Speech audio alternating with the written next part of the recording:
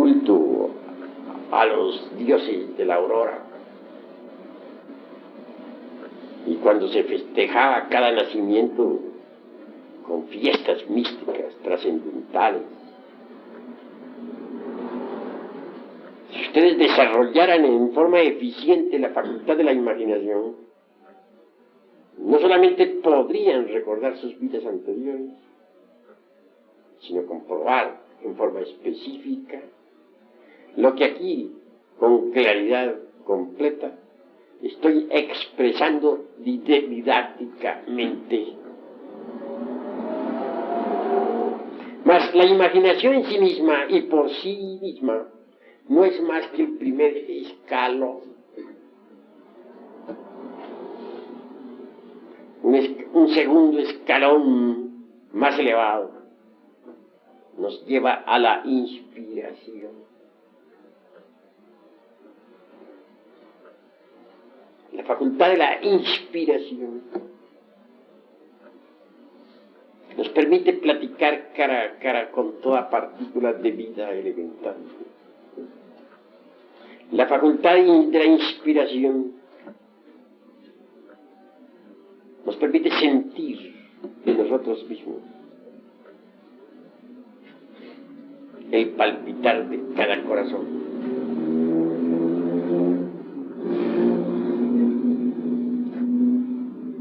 Imaginemos por un momento nuevamente el ejercicio del rosario.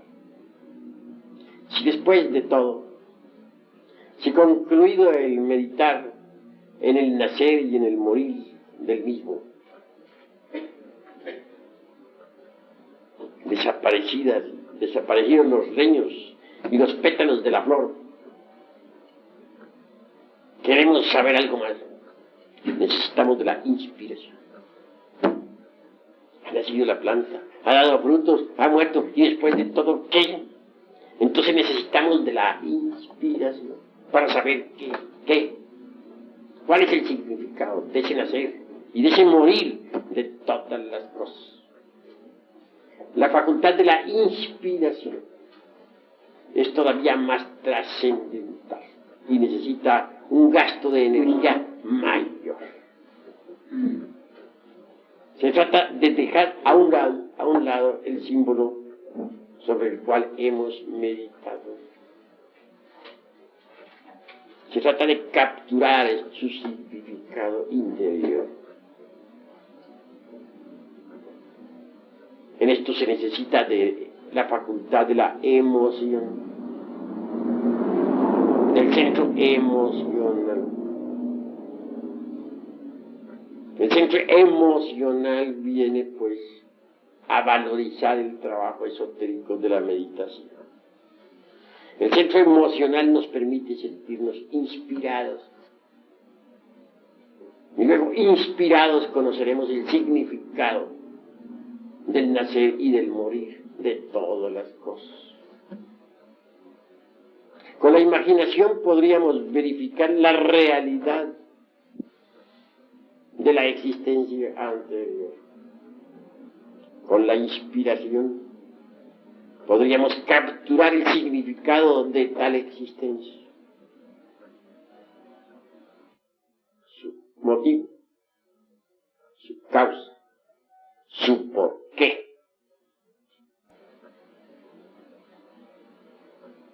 La inspiración, pues, está un paso más allá de la facultad de la imaginación creadora. Con la imaginación podemos verificar la realidad de la cuarta vertical. Pero la inspiración nos permitirá capturar su honda significación.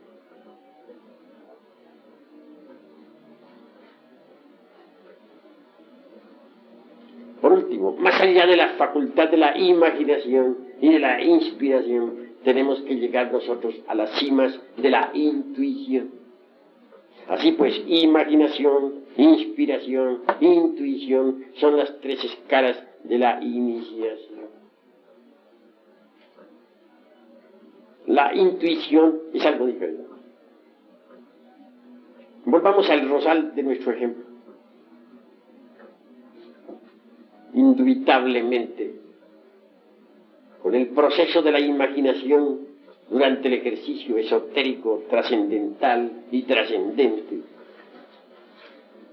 hemos visto los procesos, hemos visto cómo creció el rosal, cómo dio frutos y por último cómo murió, se convirtió en un montón de leños. La inspiración nos permitirá conocer el significado de todo eso. Pero la intuición nos llevará a la realidad espiritual de eso. Entonces penetraremos con esa preciosa facultad superlativa en un mundo exquisitamente espiritual. Nos encontraremos cara a cara, no solo con el elemental visto con la imaginación, el elemental del rosal, sino aún más. Nos encontraremos con la chispa virginal, o la mónada divinal, o partícula ígnea suprema del rosal. Penetraremos en un mundo donde hallaremos a los Elohim, creadores citados por la Biblia, mosaica o hebraica. Veremos a toda la hueste creadora del ejército de la palabra. Es decir, hallaremos al demiurgo creador del universo. Es esa intuición la que nos permitirá platicar cara a cara con los arcangeloi, con los tronos, que ya no serán para nosotros una mera especulación o creencia, sino una realidad palpable, manifiesta. La intuición podrá permitirnos el acceso a las regiones superiores del universo y del cosmos. Por medio de la intuición podremos estudiar cosmogénesis, antropogénesis, etc. La intuición nos permitirá penetrar en los templos de la fraternidad universal blanca, en los templos de los Elohim, o Prajapatis, o Kumaras, o tronos. La intuición nos permitirá conocer la génesis de nuestro mundo. Con la intuición podremos asistir a la aurora misma de la creación. Saber, no por lo que haya dicho alguien, sino por vía directa, cómo surgió este mundo de entre el caos, en qué forma fue creado, de qué manera hizo aparición dentro del concierto de los mundos.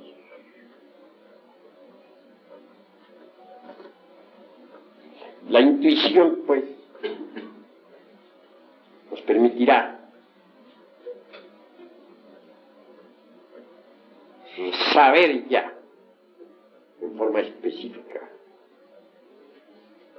y directa, lo que no saben los brillantes intelectos de la época. Pues existen muchísimas teorías en relación con el mundo, con el universo, con el cosmos. Y estas pasan de moda constantemente, como los remedios de farmacia, como las modas de las damas o de los caballeros. A una teoría le sigue otra y a otra. Y al fin y al cabo el intelecto no hace sino especular y fantasear a lo lindo, sin poder experimentar jamás lo real. Pero la intuición le permite a uno conocer conocer lo real. Es una facultad cognoscitiva trascendental. Grandioso es poder asistir al espectáculo del universo, sentirse uno por un momento aparte de la creación, mirar el mundo como si este fuese un teatro y uno un espectador. Evidenciar como un cometa sale del caos, surge pues del no ser, que es el real ser, cualquier unidad cósmica, etc. Es la intuición la que le permite a uno saber que la Tierra existe por el karma de los dioses y que si no, no existiría. Es la intuición la que le permite a uno verificar el crudo realismo de tal karma. Ciertamente, aquellos Elohim, Prajapatis o ángeles, que en su conjunto constituyen lo divinal, actuaron en un pasado ciclo de manifestación,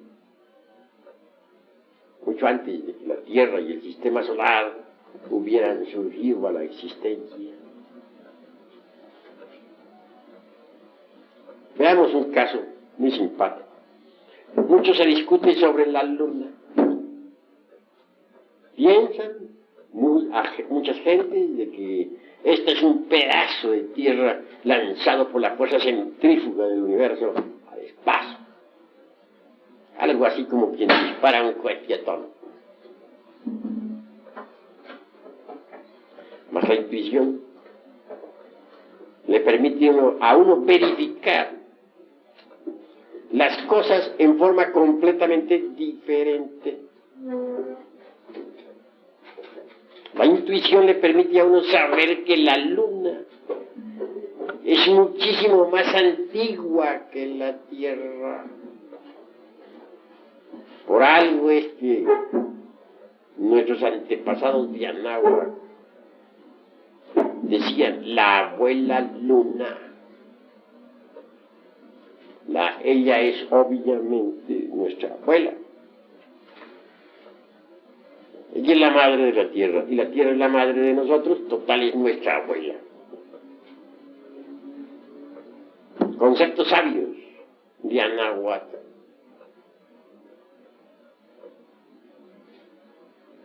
La Tierra realmente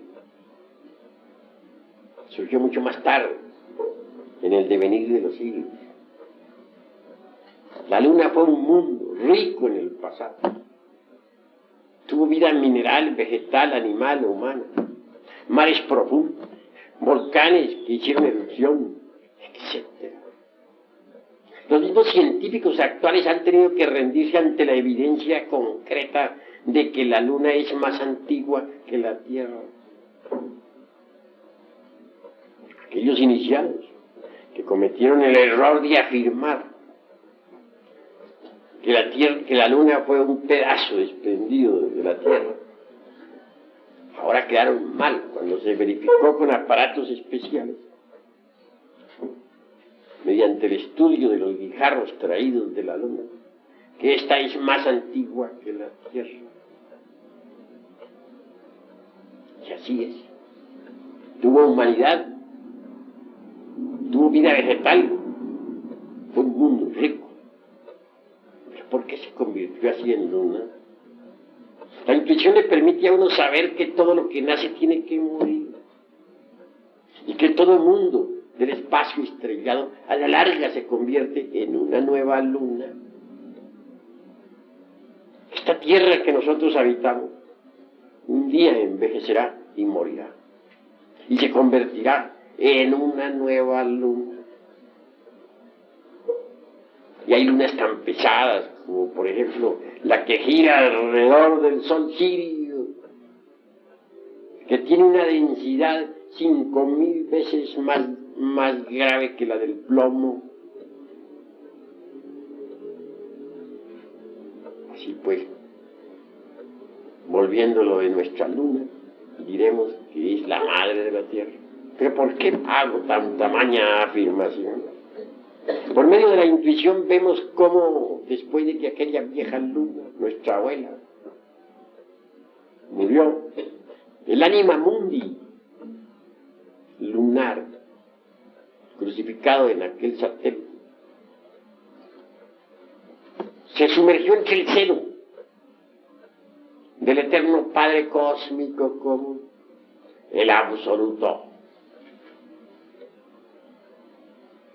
Cuando llegó una nueva época de manifestación, después de un largo intervalo, cuando llegó, dijéramos, un nuevo gran día de actividad, esa madre luna, esa ánima mundi, reconstruyó un nuevo cuerpo, se reencarnó, formó su nuevo cuerpo, que es esta Tierra.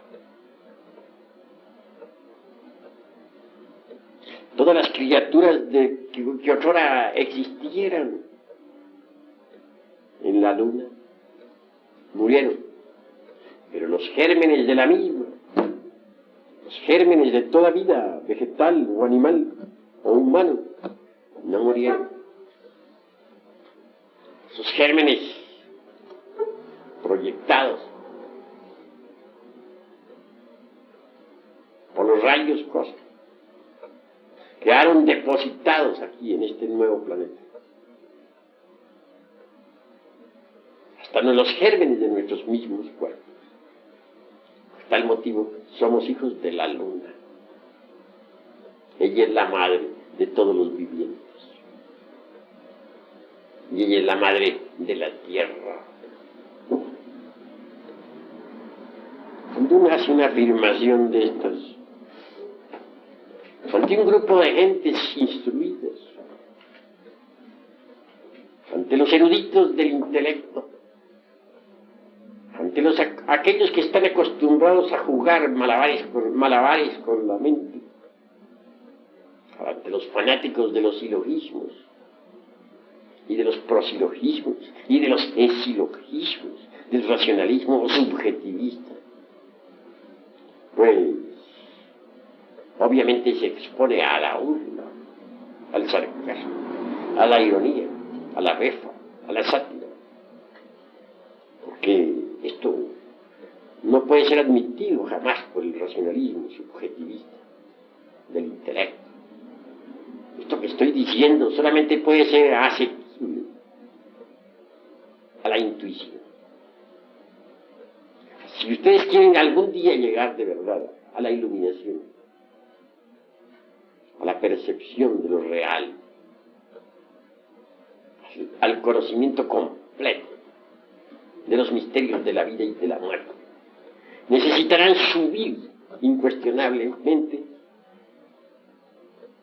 por la gradería maravillosa de la imaginación, de la inspiración y de la intuición. El mero racionalismo jamás podría llevarlos a ustedes a estas experiencias íntimas profundas. No, en modo alguno nos pronunciaríamos nosotros contra el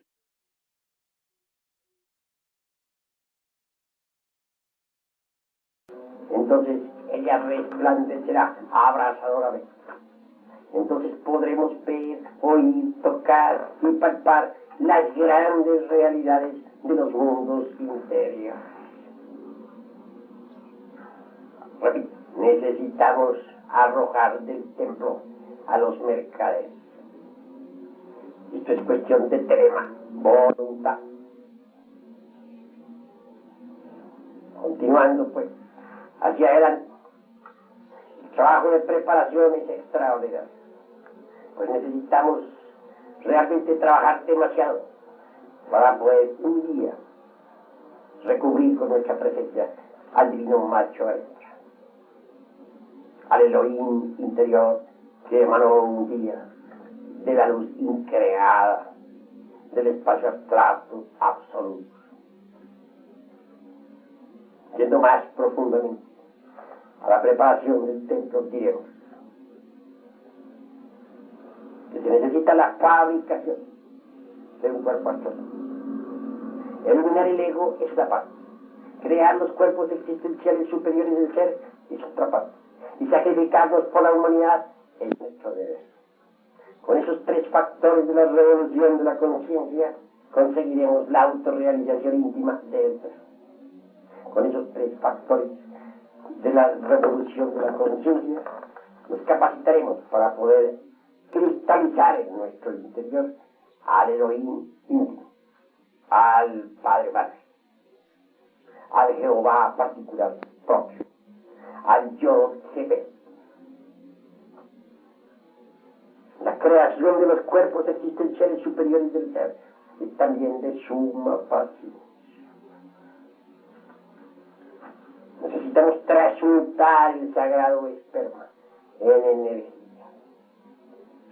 En otros tiempos, cuando la humanidad todavía no había desarrollado el abominable órgano cundartiguado, nadie extraía de su cuerpo el sagrado esperma. Mas cuando le fue introyectado al animal intelectual el abominable órgano cundartiguado, entonces gozó eliminando el sagrado esperma. Si nosotros transmutamos a esa materia venerable en energía, podremos crear los cuerpos existenciales superiores del ser. Pero ante todo hay que comprender diversos procesos alquímicos. Se nos ha dicho que para la gran obra, con una sola sustancia tenemos. ¿Cuál será esa sustancia? Nosotros respondemos con el mercurio de la filosofía secreta. ¿Dónde está ese mercurio? Pues diremos que es el alma metálica del esperma. Es claro que al no gastar el licor sexual, este se transmuta en energía. Y esa energía es el mercurio de la filosofía secreta. Es decir, el alma metálica del esperma es el mercurio de la filosofía secreta. Esa alma metálica está representada por Lucifer. Al citar a este personaje no debemos descansar. Este Lucifer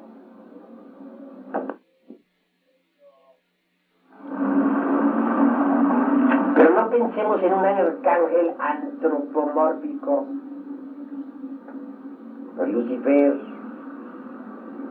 es muy individual. Cada uno de nosotros tiene su Lucifer particular e individual. Lucifer es uno de los aspectos de nuestro ser interior. Y en verdad que el más importante. Es, por decirlo así, el doble de nuestro Logoi interior. El duplicado del tercer Logos en nosotros. La sombra es Shiva, el archihierofante y archimago, que resplandecía, es verdad, abrasadoramente, como arcángel inefable. Era un santo Kumara. Pero cuando caímos en la generación animal, ese, dijéramos, la raíz de nuestro ser, o uno de los aspectos más importantes de nuestro ser, por ser el duplicado de nuestro Dios íntimo, cayó de hecho en las tinieblas de este mundo. y se convirtió en el diablo. Hay tantos diablos en la tierra cuantos seres humanos. Cada uno de nosotros tiene su propio diablo. Y este diablo particular de cada uno de nosotros es negro como el carbón y exhala por el órgano conductiguador el fuat negativo, el fuego de la fatalidad, el fuego luciferino. Está en desgracia después de ser la criatura más excelente. Nadie puede revenir sino nosotros. Debemos blanquearlo, y eso está escrito. Los alquimistas medievales dijeron: quema tus libros y blanquea el latón. Ya se sabe que el latón es de cobre. Y el cobre está relacionado con Venus, la estrella de la mañana y de la hora vespertina. Blanquear el latón significa blanquear a nuestro propio diablo interior para libertarlo. Él, el Prometeo encadenado, un buitre le devora las entrañas incansablemente, el buitre del deseo. Es un coloso, tiene potestad sobre los cielos, sobre la tierra y sobre los infiernos. Pero lo tenemos en desgracia. Si lo blanqueamos, seremos recompensados y con creces. Mas ¿cómo blanquearlo? Eliminando el ego y creando en nosotros los cuerpos existenciales superiores del ser y sacrificándonos por la humanidad. Entre los aztecas, Lucifer parece lanzándose de cabeza al fondo de la vida, símbolo de nuestra caída sexual. Hay algo de novedoso en la doctrina azteca. Lucifer, ciñendo el cordón del penitente y Anacoret. Lucifer haciendo penitencia. ¿Habrán visto algo más extraordinario? Pues bien, hermanos, Lucifer, les dijéramos, la representación de nuestra piedra filosofal. En el fondo es hasta la misma piedra filosofal. Pero está tan relacionado íntimamente con el mercurio de la filosofía secreta que parece como si hubiésemos nosotros pasado por una digresión al hacer nuestra disertación. Mas no hemos pasado por ninguna digresión. Se necesita poner mucha atención. Ya dije que el alma metálica del esperma es la piedra filosofal. Ya dije que Lucifer es la piedra filosofal. Al fin, ¿cuál de los dos es la piedra filosofal? En realidad, de verdad, tanto Lucifer como el alma metálica del esperma constituyen la piedra filosofal. Esa piedra está velada por Lucifer. Bien, en la Catedral de Notre Dame de París aparece un ave, un cuervo, con la vista dirigida hacia la piedrecita del rincón. ¿Qué hay en la piedrecita del rincón? Una figura, el diablo. ¿Qué significa el cuervo de la putrefacción? La muerte. Necesitamos eliminar, matar, destruir el ego animal. Solo así es posible blanquear al diablo que está en el rincón del templo y que desea su liberación. Pues quiere volver a ser el arcángel luminoso de otros tiempos. es alma metálica del esperma.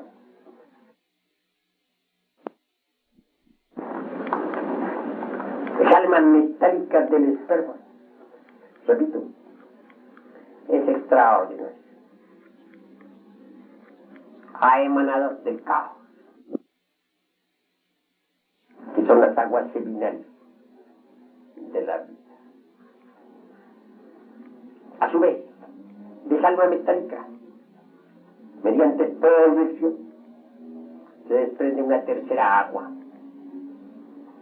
Es el fluido propiamente energético creado que sube por los canales de Ida y Pingala hasta el cerebro. Cuando el fuego, el azufre, hace fecundo a ese mercurio, entonces comienza el proceso maravilloso de la iniciación. Pero tengas en cuenta los tres aspectos del mercurio. Primero, como caos metálico, simple esperma. Segundo, como alma metálica o mercurio. Y lo tercero, la tercera agua, fluido aquel maravilloso que sube por los canales de Ida y Pingala hasta el cerebro. Un momento llega, o llegará, en que esa alma, ese tercer aspecto, esos fluidos sexuales ascendiendo por los canales de Ida y Pingala, sean fecundados por el fuego sagrado. He ahí el ligamen del mercurio y el azufre en su primer aspecto. Y todo el progreso esotérico de nosotros se fundamenta en los cruces incesantes del mercurio con el azufre. El hidrógeno sexual C12, del cual nos hablan los mejores ocultistas en sellos de Gurdjieff,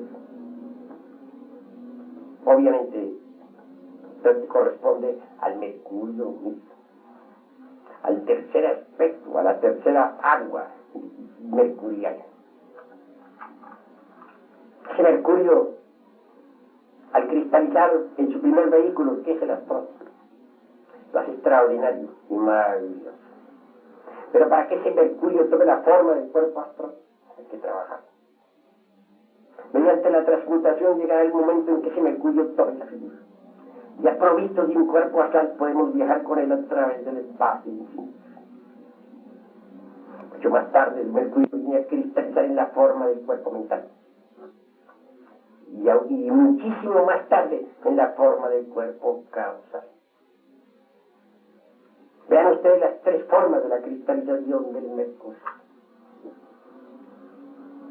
Cuando esos cuerpos existenciales han quedado formados, encarnamos al alma humana. Pero no basta crear con el mercurio los cuerpos existenciales superiores del ser. Debemos saber que Mercurio está llamado a cargar el oro del Cristo cósmico dentro de sí mismo. San Cristóbal cargando al niño, o la oveja cargando su bebé. Es una alegoría de esta verdad que estamos diciendo. Cada uno de nosotros debe, ante todo, preparar su mercurio. Una vez preparado, no olvidar que dentro de él debe desarrollarse el niño de oro de la alquimia sexual. Así pues, el hidrógeno sexual C12, que nos habla Gurdjieff, no es otra cosa sino el mismo mercurio. Cuando se dice que el oro se desarrolla dentro del mercurio, es verdad.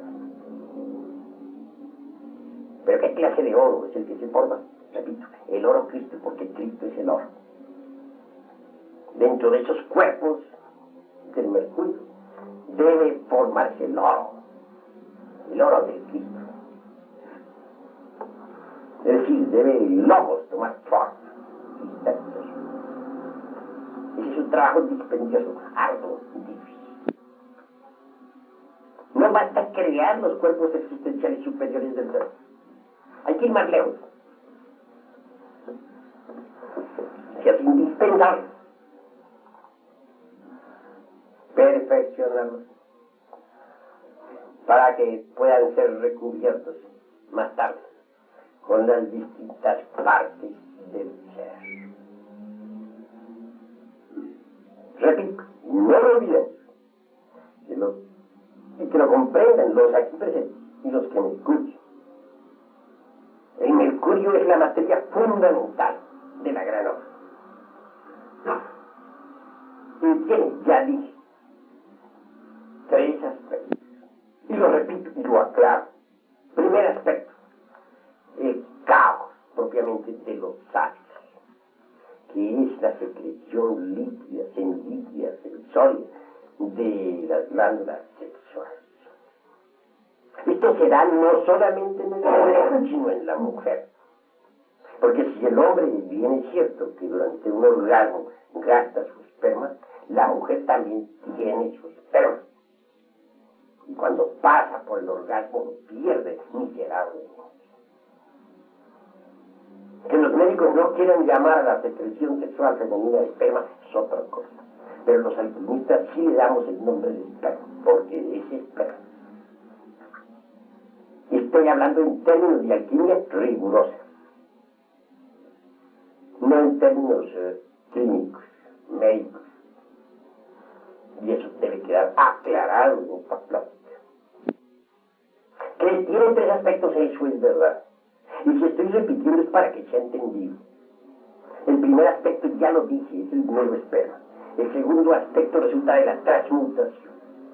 Y dijéramos la parte tetradimensional del esperma. La parte sutil o etérica. El alma, dijéramos, de ese esperma. El alma metálica. Eso es el mercurio en su segundo aspecto. Pero el tercer aspecto deviene del segundo. Es la energía ya ascendiendo por los cordones de Ida y Pingala hasta el cerebro. Dicen los alquimistas que el mercurio debe ser fecundado por el azufre. Y conviene que ustedes me entiendan. Es claro que cuando los átomos solares y lunares del mercurio hacen contacto en el tridente cerca del coxis, por inducción despierta una tercera fuerza, que es el azufre, el fuego. Este asciende victorioso por el canal de Susumna, por el canal de medular de la espina dorsal hasta el cerebro. Y en su ascenso va abriendo los chakras, discos o centros maravillosos del cuerpo vital. Entonces se dice que el mercurio ha sido fecundado por el azufre. Es claro que ese mercurio fecundado por el azufre reviste nuevos aspectos maravillosos. Da origen a una primera creación